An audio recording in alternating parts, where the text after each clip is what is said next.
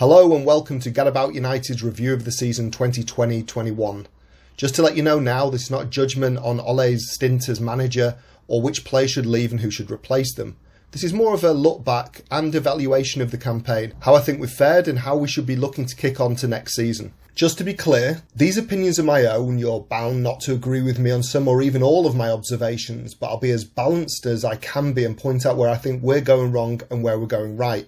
So if you think I'm way off or even spot on, please comment below. So let's start with the league campaign. In my opinion, United's league season consisted of 3 parts. As you'll remember, we started shockingly. Even with bad luck or poor decisions we incurred against Palace and Spurs in our first 2 games, we were disturbingly poor in both matches.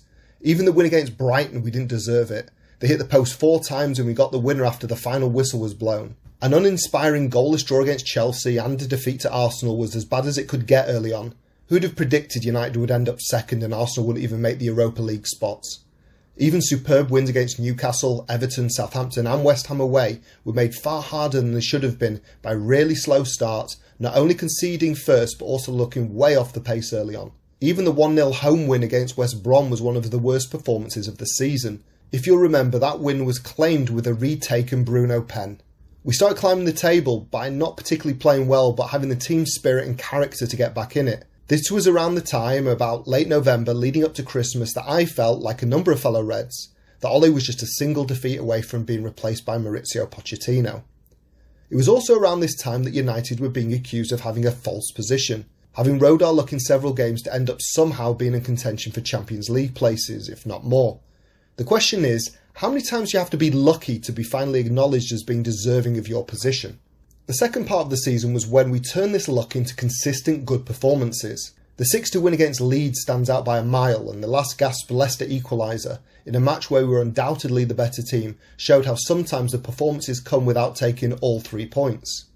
United even found themselves for the first time since Fergie left, top of the league at New Year, as the usual Big Six had struggled. However, I believe it was the game at Anfield on the 17th of January where we started to lose our way. They had a ton of injuries, were going through an hilariously bad run, and Ole chose not to be ruthless and rip their throats out. We should have gone for it, and we would have won. After that match, Liverpool went on an unprecedented losing run at home. Burnley, Brighton, Everton, Chelsea, Fulham, and most telling of all, Manchester City all won there. You can't challenge for titles without some guts, and Ole played it too safe when the opponents were so vulnerable. We got 16 points from a possible 18 before that game, but just 9 from 18 after it. Static 0-0s versus Chelsea, Arsenal, Palace showed that we weren't really in the running for number 21. And that was despite outplaying and outthinking Man City away in the game after the Palace draw. We were really a Jekyll and Hyde team at that point. Despite some hard-fought wins such as the 1-0 versus West Ham at Old Trafford and the 3-1 win at Spurs, by the time we played Leeds in late April the title had already all but been surrendered and there wasn't so much of a race to speak about. We lacked a squad, we lacked quality, and whether you like him or not, we lacked a manager who was tactically savvy enough at this level, or lion-hearted enough to go for it.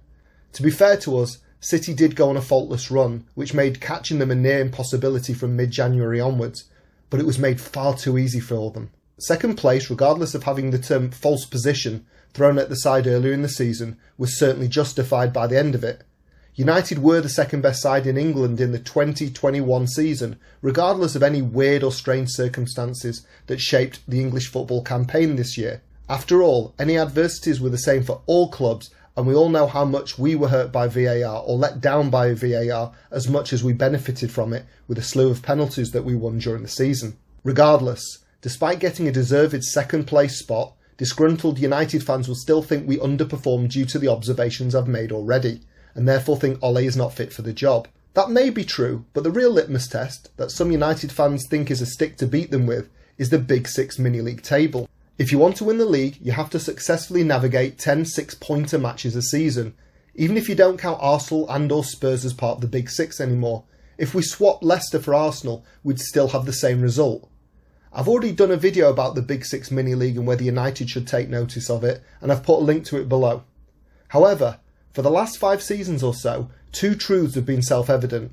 1, sides that get fewer than 17 points from these 10 games don't win the league. And 2, sides that come below 3rd place in the table don't win the league. As you can see, United came 5th with just 11 points, with only the laughingstock that is Spurs below them. If Ole wants to win the title and keep his job, he has to work on how to beat our direct competition. If I were to grade United's league performance as a whole, I'd give it a B-. We accrued a praiseworthy 8 points more than last season and scored more goals, but the defensive record was poor, and we conceded as many goals at home as we did during the dire 62-63 league campaign when we were almost relegated.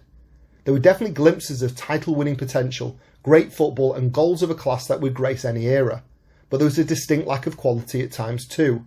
There was also too much reliance on luck and a few key players, as well as mind-boggling team choices and accompanying tactics. There are also some definite weaknesses in certain positions, but I'll cover that later in the video. Moving on to the domestic cups, we had some good moments in the FA Cup this year. The 3-2 win over Liverpool was superb, but highlighted the argument as to why we didn't go for them at an empty Anfield the week before in the league. Dispatching Watford was a scrappy affair, and taking apart West Ham at Old Trafford required a lot of patience, but we came through both of these games with narrow wins. The defeat to Leicester 3-1 in the quarter-finals felt too easy. You could argue that it's a squad game and the squad weren't up to it, but the passion wasn't there either. The Foxes, who ended up as eventual winners, were hungrier, but in a season when we played Leicester 3 times, not to win once is poor because they aren't a side that's better than us. A C- is about as good as it gets for this competition. We should have done better than the quarters, and it was a missed opportunity for silverware. Last, and by all means least in English trophies, the League Cup. This was probably actually the competition we were most consistently good in. 3 wins in the earlier rounds all the way, were comfortable and professional, even winning 2-0 at Goodison versus an Everton side that were actually playing well at that point in the season. That said, losing again to Manchester City in the semi-final stage of a cup competition and without putting up much of a fight shows how little we've improved in big games against the best sides in cup competitions over Ole's reign. I'll be kinder here and give him a C+ for the side's progress to the latter stages. So moving on into Europe, the Champions League campaign. What can you say?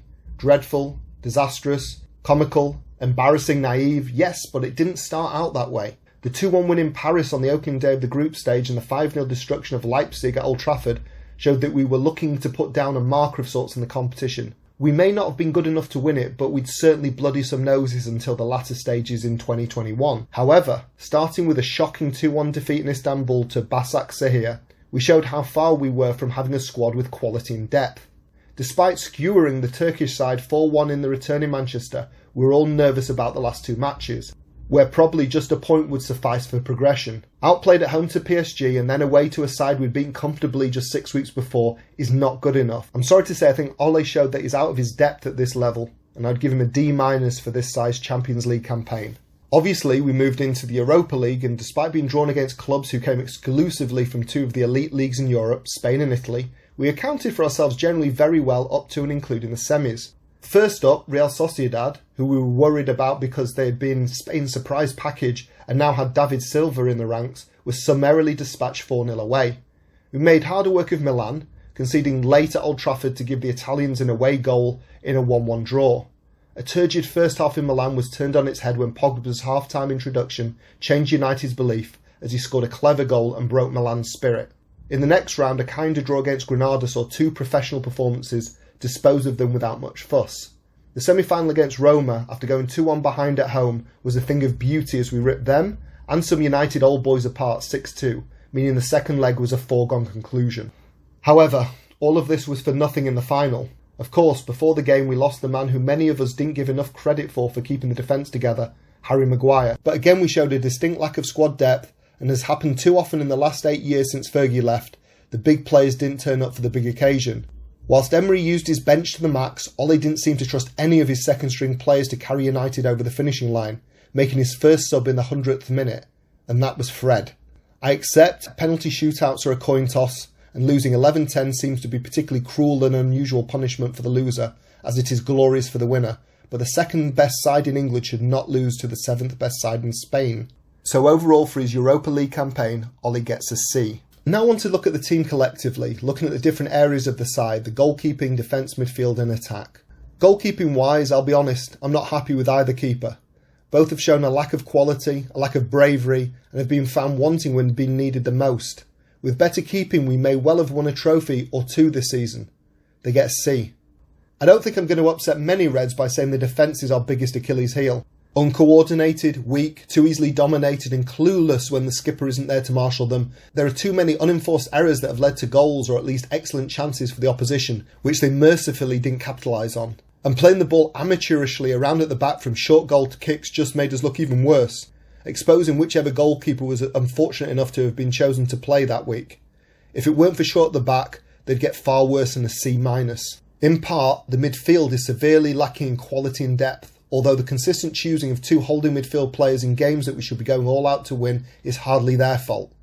That said, whilst there have been some great midfield performances this season, McFred looked too flat-footed as a combination, whatever their win percentage is when it's played. There are some good creative instances, but they're not seen enough in big games. Fernandes and Pogba may be quality players, but there is a need for leadership from a dominant, no-nonsense personality. The midfield gets a C+, but that's mainly for its contribution to goal creation or scoring.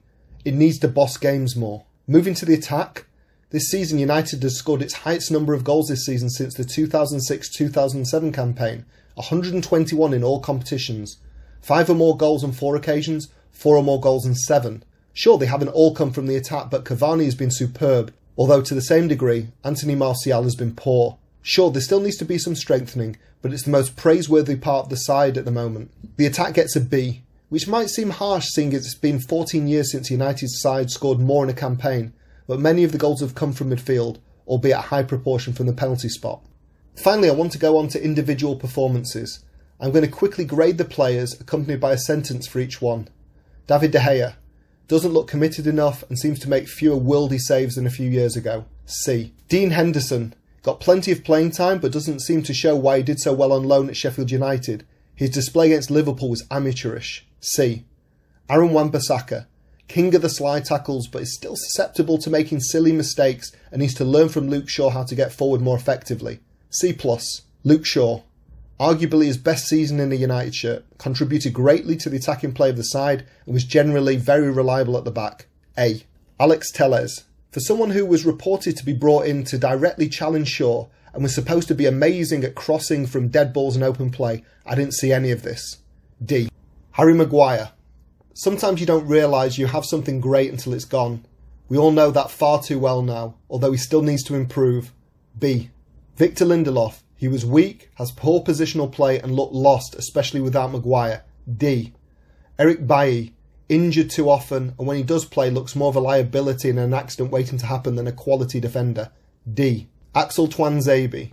Didn't play that often but was found wanting in games far too much when he did. C-. Fred. It's unacceptable to me that in the modern game to have a midfielder who scores a goal a year max, and on top of that often makes silly mistakes. C-.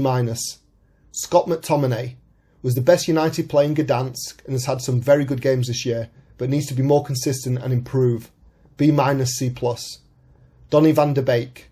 I feel sorry for Donny. He hasn't had a fair crack and only Ole knows the reason why. But later in the season when he did play, he didn't do enough to prove Solskjaer wrong. C-. Paul Pogba. There's undoubted quality there, and arguably in more than any season since he came back has looked like a United player, but again hasn't shown in the big games what's expected of him. B-. C+. Bruno Fernandes. What negatively can you say about a midfielder that scores 28 goals in 58 games, albeit with 13 pens?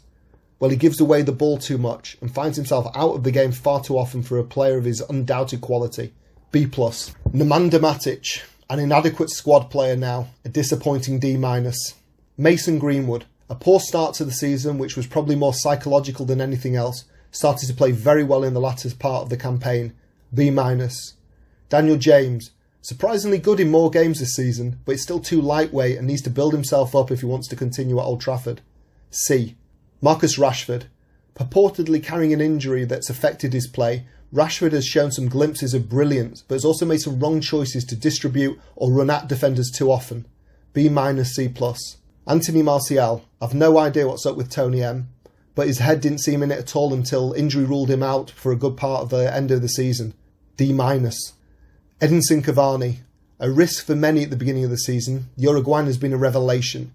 His teammates could learn from his work rate at 34 years of age. A. Ole Gunnar Solskjaer.